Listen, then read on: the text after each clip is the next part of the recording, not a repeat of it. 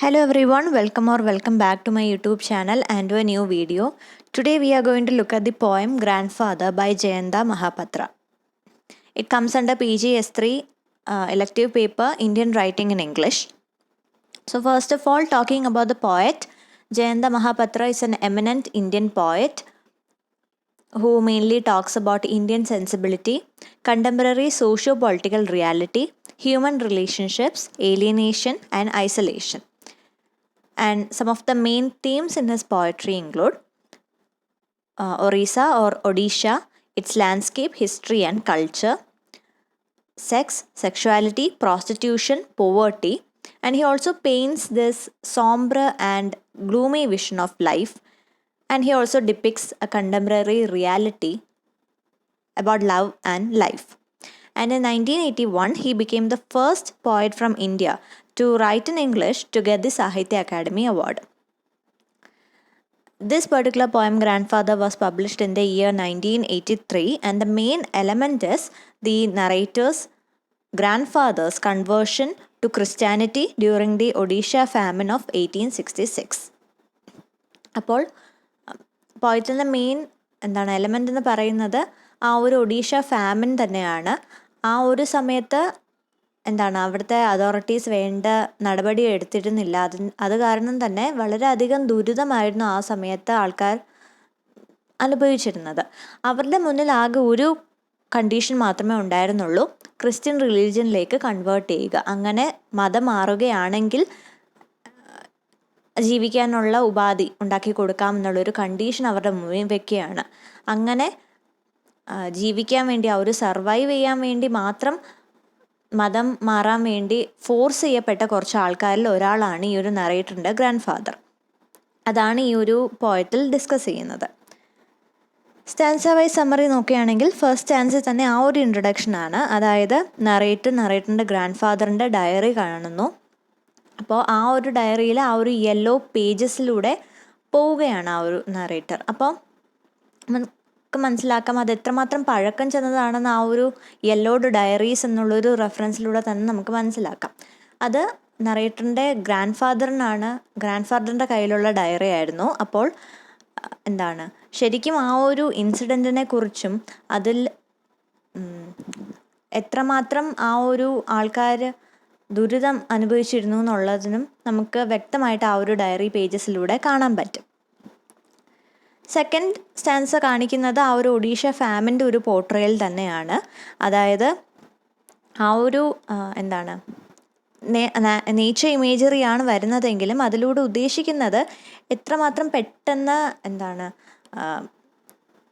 ആ ഒരു ഭൂമിയെല്ലാം വരണ്ടുവെന്നും എല്ലാ ഉറവകളും വറ്റിപ്പോവുകയും ആ ഒരു ഫാമിൻ്റെ ആ ഒരു തുടക്കം അത് പക്ഷെ ആരും അങ്ങനെ പെട്ടെന്ന് അത് ശ്രദ്ധയിൽ പെട്ടെന്ന് വരില്ല. പക്ഷേ ചൂട് കൂടും തോറും, ഉറവുകൾ വറ്റും തോറും ആളുകൾ പതിയെ മനസ്സിലാക്കാൻ തുടങ്ങി, അതായത് ഇതൊരു വരൾച്ചയുടെ തുടക്കമാണെന്നുള്ളത്. ആ ഒരു പോർട്രയിലാണ് സെക്കൻഡ് സ്റ്റാൻസ പറയുന്നത്. തേർഡ് സ്റ്റാൻസയിൽ പോയിട്ട് പറയുന്നതാണ് ഈ ഒരു ഗ്രാൻഡ്-ഫാദറിൻ്റെ മുന്നിൽ, അതുപോലെ തന്നെ മറ്റുള്ള മനുഷ്യരുടെ മുന്നിൽ വെച്ചിരുന്ന ഈ ഒരു കണ്ടീഷൻ അത് എത്രമാത്രം ഡിഫിക്കൾട്ടാണ് എന്നുള്ളൊരു കാര്യമാണ് പറയുന്നത്.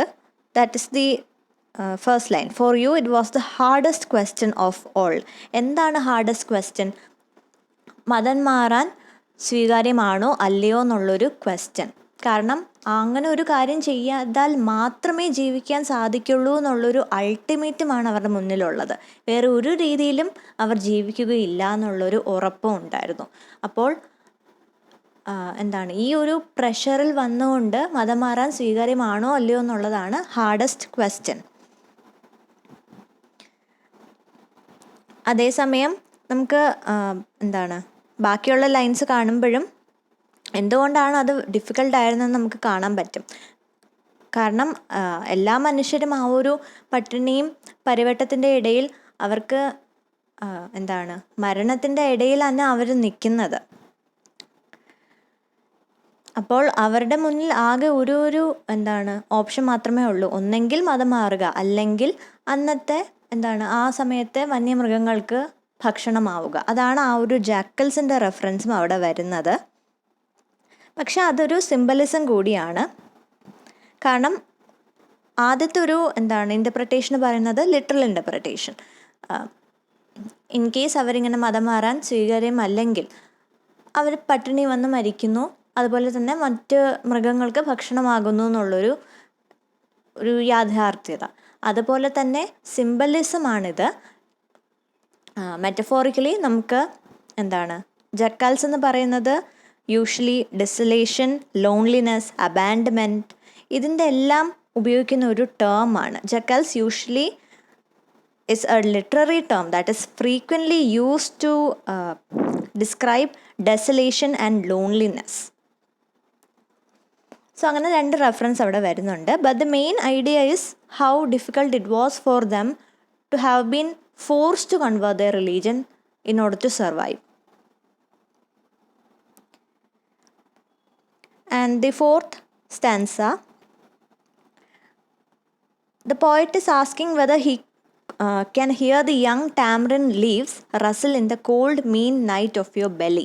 അതിൻ്റെ ഒരു മീനിങ് വരുന്നത്, ഞാൻ പറഞ്ഞു, ആ ഒരു പട്ടിണിയുടെ ആ ഒരു യഥാർത്ഥ ഒരു പിക്ചറാണ് നമ്മൾ കാണുന്നത്. ഈ ഒരു മനുഷ്യർക്ക് ഒരു രീതിയിലും ഭക്ഷണം കിട്ടുന്നില്ല. അപ്പോൾ അവർക്ക് ഒരു പുളിമരത്തിൻ്റെ ഇലകൾ പോലും ചവച്ച് കഴിക്കേണ്ട അവസ്ഥ വരെയാണ് ഒന്ന് ജീവിക്കാൻ, അല്ലെങ്കിൽ ആ ഒരു ജീവൻ ഒന്ന് നിലനിർത്തി പോകാൻ വേണ്ടി പുള്ളിമരത്തിൻ്റെ ഇലകൾ വരെ അവർ ഭക്ഷണമാക്കുന്നു. അതാണ് ആ ഒരു ലൈനിലൂടെ പോയിട്ട് ഉദ്ദേശിക്കുന്നത്. അപ്പോൾ പോയിട്ട് ചോദിക്കുന്ന വേറൊരു ക്വസ്റ്റ്യൻ കൂടിയുണ്ട്. ആ ഒരു സന്ദർഭത്തിൽ സ്വന്തം മരണത്തെ മുന്നിൽ കണ്ടായിരുന്നോ ഇല്ലയോ എന്നും ചോദിക്കുന്നുണ്ട്. മരണത്തെ പേഴ്സോണിഫൈ ചെയ്ത് വെച്ചിട്ടുണ്ട്. Death is personified as staring at his cries and breaking into unnatural laughter. ഒരു പേഴ്സോണിഫിക്കേഷൻ അവിടെ വരുന്നുണ്ട്. മെയിനായിട്ടുള്ള ഐഡിയ എന്ന് പറയുന്നത് ഇത്രയും ഒരു ദയനീയ അവസ്ഥയിൽ മരണത്തെ മുന്നിൽ കണ്ടായിരുന്നോ എന്നുള്ളൊരു ചോദ്യത്തിലൂടെ കാണിക്കുന്നത് എത്രമാത്രം രൂക്ഷമായിരുന്നു അവിടുത്തെ ഒരു അവസ്ഥ എന്നുള്ളതാണ്. And again in the next stanza, hunger is personified as an animal hunting the grandfather and turning him into a coward and forcing him to leave his family, ancestral artifacts and the soil in which they worshipped as God. കാരണം ഒരു രീതിയിൽ ഈ ഒരു വിശപ്പും ഈ ഒരു മരണവും ഇവർ തന്നെയാണ് ഈ ഒരു ഗ്രാൻഡ് ഫാദർ ഇങ്ങനൊരു കൺവേർഷൻ നടത്താൻ വേണ്ടിയുള്ള കാരണം. അവിടെ അടുത്തൊരു പേഴ്സോണിഫിക്കേഷനാണ് വരുന്നത്, ഹങ്കറിനെ പേഴ്സോണിഫൈ ചെയ്തിട്ടുണ്ട്. അപ്പോൾ ഇവർ കാരണമാണ്, ഈ ഒരു സംഭവങ്ങൾ കാരണമാണ് ഈ ഒരു റിലീജിയൻ കൺവേർട്ട് ചെയ്യേണ്ടി വന്നത്. അത് കുറച്ചും കൂടി ഡിസ്ക്രിപ്ഷനിലായിട്ട് പറയുന്നുണ്ട്. കുടുംബത്തെ വിട്ടുപോകേണ്ട അവസ്ഥ വരുന്നു, കുടുംബ പാരമ്പര്യമായി കിട്ടിയിട്ടുള്ള പല വസ്തുക്കളും ഉപേക്ഷിക്കേണ്ടി വരുന്നു, അതുപോലെ തന്നെ ജനിച്ച മണ്ണിനോടുള്ളൊരു കൂറും നഷ്ടപ്പെടുന്നു. അങ്ങനത്തെ എല്ലാ രീതിയിലുള്ളൊരു സാക്രിഫൈസും ഒരു ത്യാഗവും ചെയ്യേണ്ടി വന്നത് ഈ ഒരു ഇൻസിഡൻറ്റ് കാരണമാണ്. And in the next stanza, the poet is asking if his soul turned his broken body upside down.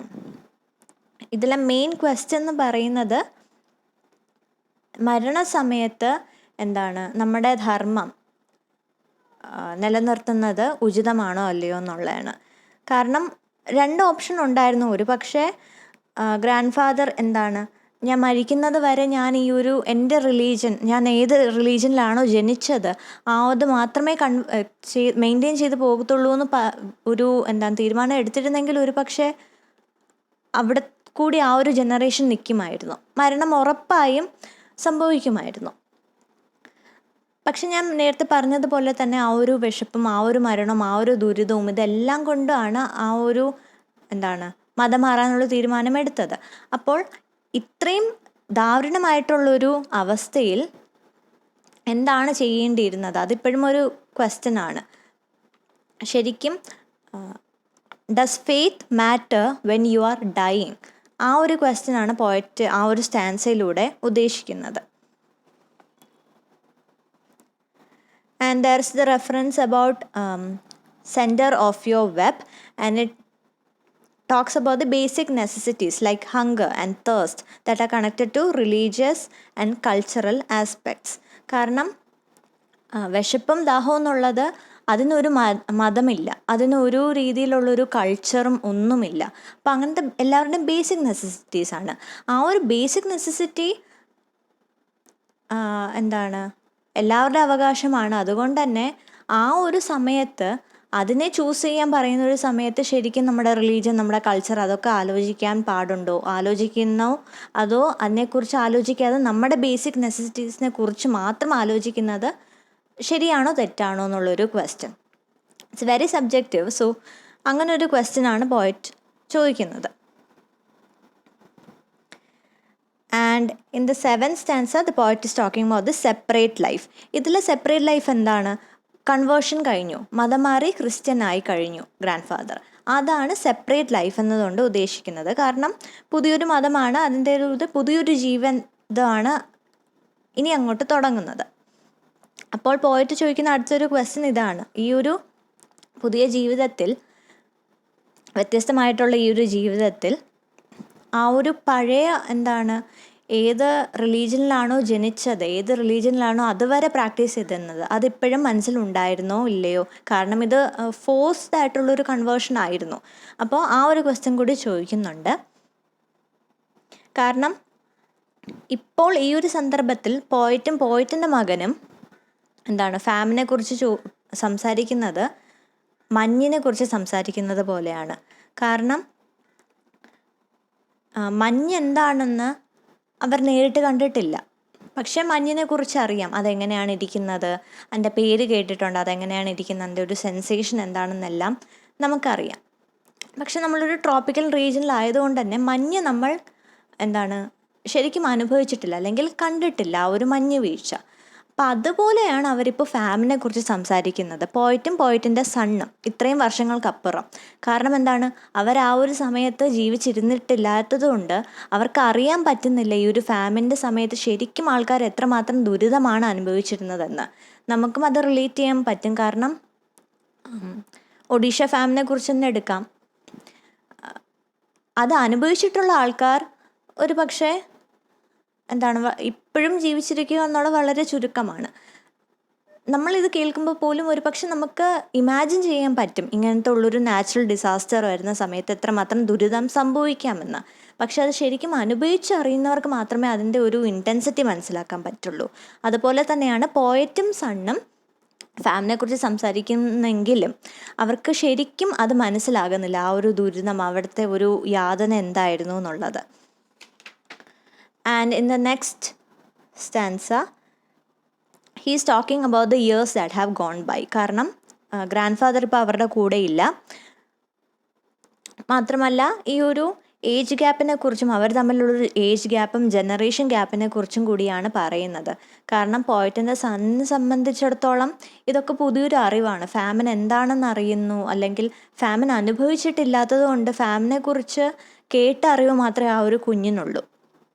പക്ഷെ ഗ്രാൻഡ് ഫാദർ അങ്ങനെയല്ല, ആ ഒരു ഇൻസിഡൻറ്റിൽ അനുഭവിച്ച് അറിഞ്ഞ് എല്ലാ ദുരിതങ്ങളും സഹിച്ച ഒരു വ്യക്തിയാണ്. ആ ഒരു ദുരിതം കാരണം ജീവൻ തന്നെ മാറിയ ഒരു വ്യക്തിയാണ്. അപ്പം അതിൻ്റെ ഒരു ജനറേഷൻ ഗ്യാപ്പ് ഇവിടെ പറയുന്നുണ്ട്. അപ്പോൾ പോയറ്റ് ചോദിക്കുന്ന ഒരു ക്വസ്റ്റ്യൻ, പോയറ്റിൻ്റെ സണ്ണും ഇതുപോലത്തെ ഒരു കഴിഞ്ഞു പോയ ജീവിതത്തെ ഒരു നഷ്ടമായിട്ടാണോ കാണുന്നത് എന്നുള്ളൊരു സംശയം പോയറ്റിനുണ്ട്. കാരണം പോയറ്റിൻ്റെ ഗ്രാൻഡ് ഫാദറും പോയറ്റിനെ സംബന്ധിച്ചിടത്തോളം അവർ പാസ്റ്റിനെ കുറിച്ച് ഓർക്കാനേ ആഗ്രഹിക്കുന്നില്ല. ആ ഒരു റിലീജിയസ് കൺവേർഷൻ ഉള്ളത് കൊണ്ട് തന്നെ അതൊരു നഷ്ടമായിട്ടാണ് അവർ കാണുന്നത് ഇതിന് മുമ്പുള്ള ആ ഒരു ജീവിതത്തെ. So now they only look at the past in silence because they don't know a lot of things from the famine and the grandfather is not there to explain it to him. അതാണ് ആ ഒരു gap കൊണ്ട് പറയുന്നത്. Age ഗ്യാപ്പോ generation ഗ്യാപ്പിനോ കാട്ടിലും കൂടുതൽ ഈ ഒരു ഗ്യാപ്പാണുള്ളത്. ആ ഒരു മനസ്സിലാക്കാനുള്ളൊരു കഴിയാതെ പോകുന്നുള്ളൊരു പ്രശ്നമുണ്ട്. അതാണ് ഞാൻ പറഞ്ഞത്, ഒരു കാര്യം അനുഭവിച്ചറിഞ്ഞ ഒരാളും ഒരു കാര്യം കേട്ടറിവ് മാത്രമുള്ള ഒരാളും തമ്മിലുള്ളൊരു അണ്ടർസ്റ്റാൻഡിങ്ങിൻ്റെ ഗ്യാപ്പ്. അതാണ് പോയറ്റ് പറയുന്നത് ഈ ഒരു സ്റ്റാൻസയിൽ. പക്ഷെ നെക്സ്റ്റ് ആൻസറിൽ പോയിട്ട് പറയുന്നുണ്ട് ദാറ്റ് എന്താണ് ഒരു നല്ലൊരു നാളേക്ക് അല്ലെങ്കിൽ നല്ലൊരു ഭാവിക്കായി പോയിറ്റ് സ്വപ്നം കാണുന്നുണ്ട്. കാരണം ആ ഒരു കാര്യത്തിന് വേണ്ടി തന്നെയാണ് ഈ ഗ്രാൻഡ് ഫാദർ ഈ ഒരു തീരുമാനം എടുത്തത്. തനിക്ക് സംഭവിച്ചില്ലെങ്കിലും തൻ്റെ അടുത്ത ഒരു ജനറേഷൻ ഉണ്ടാകണം, അവർക്ക് നല്ലൊരു ഭാവി ഉണ്ടാകണം എന്നുള്ളൊരു തീരുമാനം കൊണ്ടായിരിക്കാം അദ്ദേഹം ഒരുപക്ഷെ ആ ഒരു തീരുമാനം എടുത്തത്. ജീവിക്കാൻ വേണ്ടിയുള്ള തീരുമാനം, ആ ഒരു കൺവേർഷൻ ആണെങ്കിലും ശരി, ജീവിക്കാനുള്ളൊരു തീരുമാനം എടുത്തത്. അപ്പോൾ അത് തന്നെയാണ് പോയറ്റിൻ്റെയും പ്രതീക്ഷ. നല്ലൊരു ഭാവിക്ക് വേണ്ടിയാണ് പോയറ്റും മകനോട് ഈ ഒരു കാര്യങ്ങളെല്ലാം പറയുന്നത്. കാരണം ഒരു പക്ഷെ പോയറ്റും ഗ്രാൻഡ് ഫാദറും ആ ഒരു കഴിഞ്ഞു പോയ ജന്മത്തെ ഒരു നഷ്ടമായിട്ടായിരിക്കാം കാണുന്നത്. പക്ഷേ എന്തിരുന്നാലും അവരത് അനുഭവിച്ചതാണ്. ആ ഒരു ഫാമിൻ കാരണം അവരുടെ ജീവിതം തന്നെ മാറ്റിമറിഞ്ഞതാണ്. അപ്പോൾ അത് പോയറ്റിൻ്റെ സൺ അറിഞ്ഞിരിക്കേണ്ട ആവശ്യകത പോയറ്റിന് തോന്നുന്നുണ്ട്. ഇവിടെ ഒരു സിംബലിസം പറയുന്നുണ്ട്. ഒരു ചെസ് ബോർഡിൻ്റെ ഒരു സിംബലിസമാണ് വരുന്നത്. ചെസ് ബോർഡിൽ ഒരു ഇൻവിസിബിൾ പീസ് മൂവ് ചെയ്യുന്ന ഒരു റെഫറൻസ് ആണ് വരുന്നത്. പക്ഷെ ഇതിന് സിംബലിസം എന്ന് പറയുന്നത് ചെസ് ബോർഡിനെ ജീവിതത്തോടാണ് കമ്പയർ ചെയ്യുന്നത്. അതിൽ ഇൻവിസിബിൾ പീസാണ് ഗ്രാൻഡ് ഫാദർ. ആ ഒരു ഇൻവിസിബിൾ പീസ് നടത്തുന്ന ഒരു മൂവ് കാരണം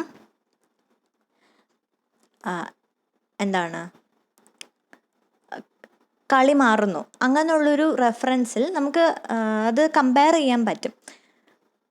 എങ്ങനെയാണോ ഒരു ചെസ് ബോർഡിൽ ഒരു പീസ് മൂവ് ചെയ്യുന്നതോടെ കളി ആകെ മാറുന്നത്, അതുപോലെ തന്നെ ജീവിതത്തിലും ഈ ഒരു ഗ്രാൻഡ് ഫാദർ എടുത്ത ഈ ഒരു ഒറ്റ തീരുമാനം, റിലീജിയൻ കൺവേർട്ട് ചെയ്യാമെന്നുള്ള ഒരൊറ്റൊരു തീരുമാനം കൊണ്ടാണ് ഈ ഒരു അദ്ദേഹം അത് ആ ഒരു ഫാമിൻ അതിജീവിക്കുകയും അടുത്ത ഒരു ജനറേഷൻ, ഈവൻ പോയറ്റിൻ്റെ സണ്ണ് പോലും ഈ ഒരു ഭൂമിയിൽ ജീവിച്ചത് ആ ഒരു തീരുമാനത്തിൻ്റെ ഭാഗമായിട്ടാണ്.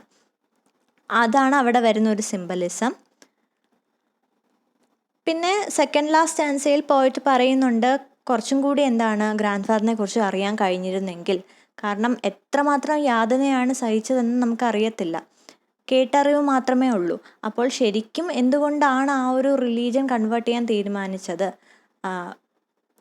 മരിക്കുമെന്ന പേടി കൊണ്ടാണോ, അതോ അടുത്തൊരു ജനറേഷന് വേണ്ടി ജീവിക്കാനുള്ളൊരു കൊതി കൊണ്ടാണോ, അതോ വേറെ എന്തെങ്കിലും ഒരു കാരണം കൊണ്ടാണോ എന്ന് പോയിട്ടൊന്നും അറിയത്തില്ല. ആ ഒരു സമയം ഗ്രാൻഡ് ഫാദറിൻ്റെ മനസ്സിൽ കൂടി പോയ ചിന്തകൾ എന്തായിരിക്കാം, തോന്നിയ ഫീലിങ്സ് എന്തായിരിക്കാം എന്നൊക്കെ പോയിട്ട് ആലോചിക്കുന്നുണ്ട്. പക്ഷെ അത് ചോദിച്ചറിയാൻ ഗ്രാൻഡ് ഫാദർ ഇപ്പോൾ കൂടെയില്ല. അപ്പോൾ പോയിട്ടൊരു റിഗ്രറ്റ് ഉണ്ട്. അദ്ദേഹം ഒരുപക്ഷെ കൂടെ ഉണ്ടായിരുന്നെങ്കിൽ ചോദിച്ചറിയാമായിരുന്നു, കുറച്ചും കൂടി മനസ്സിലാക്കാമായിരുന്നു അദ്ദേഹത്തെ എന്നുള്ളൊരു റിഗ്രറ്റാണ് സെക്കൻഡ് ലാസ്റ്റ് പാരഗ്രാഫിൽ വരുന്നത്, സ്റ്റാൻസയിൽ വരുന്നത്. And the last answer, the poet talks about how converting to Christianity was the last chance the grandfather had, which the poet describes as terrifying and unfair. And so he is criticizing the social order which doesn't help another religion until the conditions are met. ആ ഒരു last സ്റ്റാൻസയിലാണ് പോയിറ്റിൻ്റെ ആ ഒരു ചിന്താഗതിയും ആ ഒരു അമർഷവും എല്ലാം കാണിക്കുന്നത്. കാരണം at the end of the day നമ്മൾ എന്താണ് കണ്ടത്? ആ ഒരു റിലീജിയൻ വരുന്നു, ആ ഒരു റിലീജിയസ് കമ്മ്യൂണിറ്റി വരുന്നു. അവരുടെ മുന്നിലുള്ള മനുഷ്യർ, അത്രയും ദുരിതം അനുഭവിക്കുന്ന മനുഷ്യർ അവരുടെ റിലീജിയനിലേക്ക് വന്നാൽ മാത്രമേ സഹായിക്കുള്ളൂ എന്നുള്ളൊരു കണ്ടീഷൻ അവർ വെക്കുകയാണ്. അത്രയും ക്രൂരമായിട്ട്, അത്രയും മനുഷ്യത്വം ഇല്ലാത്തൊരു രീതിയിൽ പെരുമാറാൻ സാധിക്കുന്നുണ്ടോ? ആ ഒരു സോഷ്യൽ ഓർഡറിനെയാണ് പോയറ്റ് ക്രിട്ടിസൈസ് ചെയ്യുന്നത്. അതുകൊണ്ട് തന്നെയാണ് ഗ്രാൻഡ് ഫാദറിൻ്റെ ആ ഒരു റിലീജിയസ് കൺവേർഷനെ ടെറിഫൈങ് ആൻഡ് അൺഫെയർ എന്ന് പോയറ്റ് ഡിസ്ക്രൈബ് ചെയ്യുന്നതും അതുകൊണ്ട് തന്നെയാണ്. So that is the poem. ഇതിലെ മെയിൻ ഐഡൻറ്റിറ്റി അല്ലെങ്കിൽ മെയിൻ തീംസ് എന്ന് പറയുന്നത് മെൻ്റൽ ആഗണി, ആ ഒരു ഗ്രാൻഡ് ഫാദർ അദ്ദേഹത്തിന് ചെയ്യേണ്ടി വന്ന റിലീജിയസ് കൺവേർഷൻ, അതുപോലെ തന്നെ identity crisis and the effects of hunger. ഇതൊക്കെ ഒരു തീംസാണ്. അതുപോലെ സോഷ്യൽ ഓർഡറിനെ കുറിച്ചും ആ ഒരു ലാസ്റ്റ് സ്റ്റാൻസയിൽ പറഞ്ഞ ഒരു ഐഡിയ നമുക്ക് തീമായിട്ട് വെക്കാം. So that is about the poem grandfather by Jayanta Mahapatra. നിങ്ങളുടെ ഇൻ്റർപ്രിട്ടേഷന് നിങ്ങൾക്ക് കമൻറ്റ് സെക്ഷനിൽ ഷെയർ ചെയ്യാം. And do like the video and I'll see you in the next video. Thank you.